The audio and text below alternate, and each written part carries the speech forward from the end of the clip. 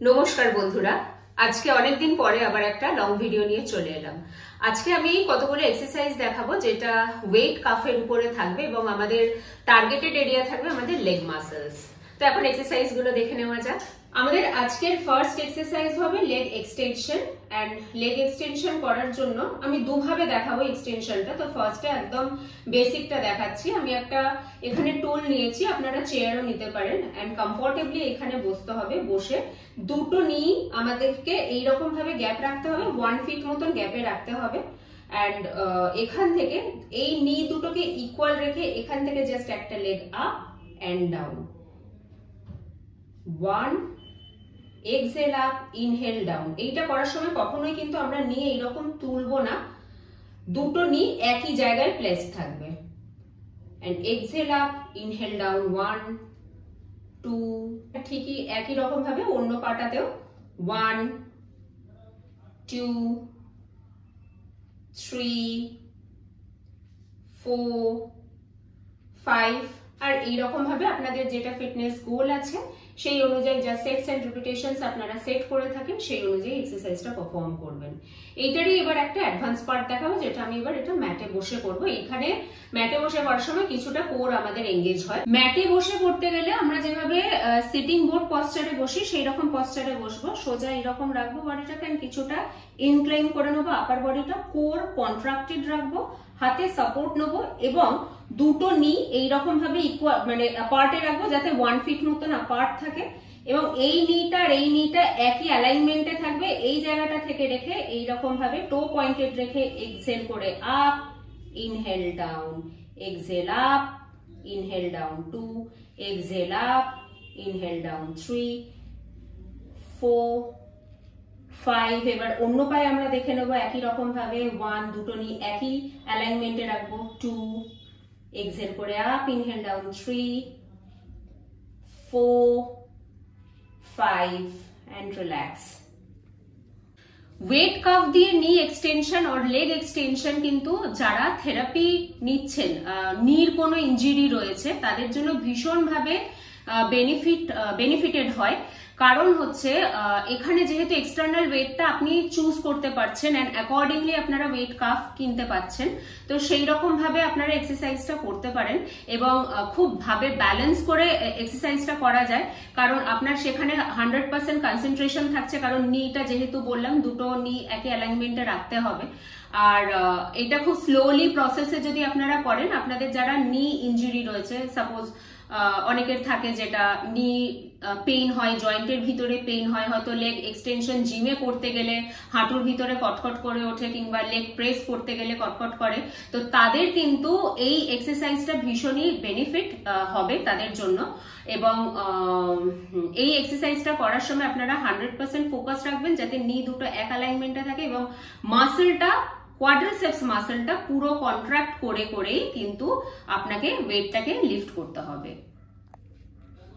Standing হ্যাম curl করতে গেলে আমরা ফার্স্টে এরকম ভাবে ইনক্লাইনে দাঁড়াবো, মানে ওয়াল থেকে একটুখানি দূরে করে নেবো নিজেদেরকে। এন্ড এই জায়গাটা থেকে আমরা মাথা এইভাবে সাপোর্ট রাখতে পারি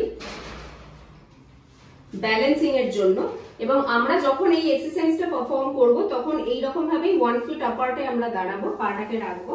এই জায়গাটা থেকে দুটো নি এক অ্যালাইনমেন্টে রেখে এক্সহেল করে up, inhale down, exhale up, slow inhale down করে first up and slow down.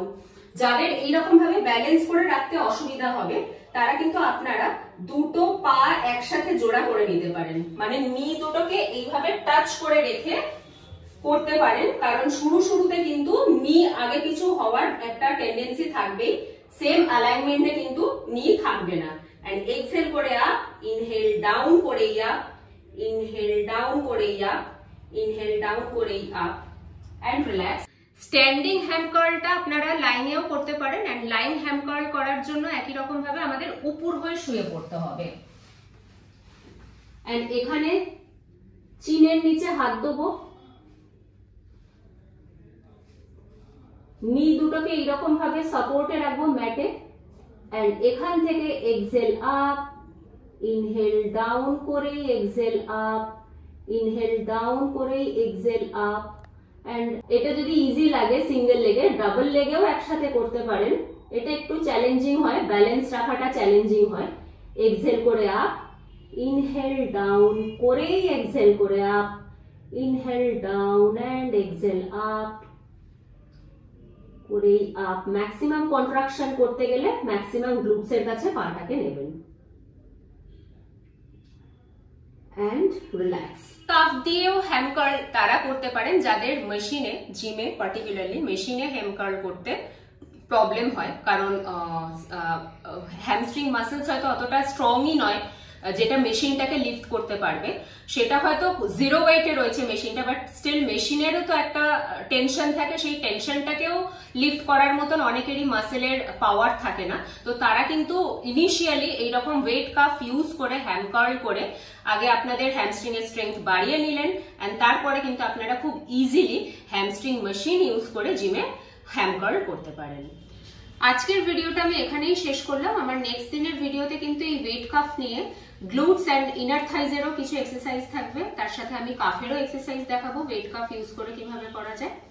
তো বেসিক্যালি আজকের এই এক্সারসাইজটা কতগুলো সিরিজে আসবে, আর এটা রাখার একটাই উদ্দেশ্য, কারণ অনেকেরই থাকে ইনজুরির জন্য অনেকদিন জিম থেকে বিরত থাকেন এবং মাসেল হয়তো উইক এতটাই হয়ে যায় যে প্রথমে গিয়েই জিমের ওয়ার্কআউট গুলো করা তাদের পক্ষে খুব ডিফিকাল্ট হয়ে যায়। আজকের ভিডিওটা আপনাদের ফ্রেন্ডস এন্ড ফ্যামিলির সঙ্গে শেয়ার করুন, আমার চ্যানেলটা সাবস্ক্রাইব করুন, কারণ আমার চ্যানেলে কিন্তু হেলথ অ্যান্ড ওয়ার্কআউট রিলেটেড এরকম ছোট বড় অনেক টিপস দেওয়া থাকে এবং খুব সাইন্টিফিক ওয়েতে কিভাবে আপনারা ইনজুরিকে সাইডে রেখে আপনারা কিভাবে হেলদি ওয়েতে ওয়ার্কআউট গুলো পারফর্ম করবেন সেই টিপস এন্ড ট্রিক্স গুলো বলা থাকে। তো হেল্পফুলি হবে, আর আমার পাশে থাকুন, আমার চ্যানেলটা সাবস্ক্রাইব করুন। নমস্কার।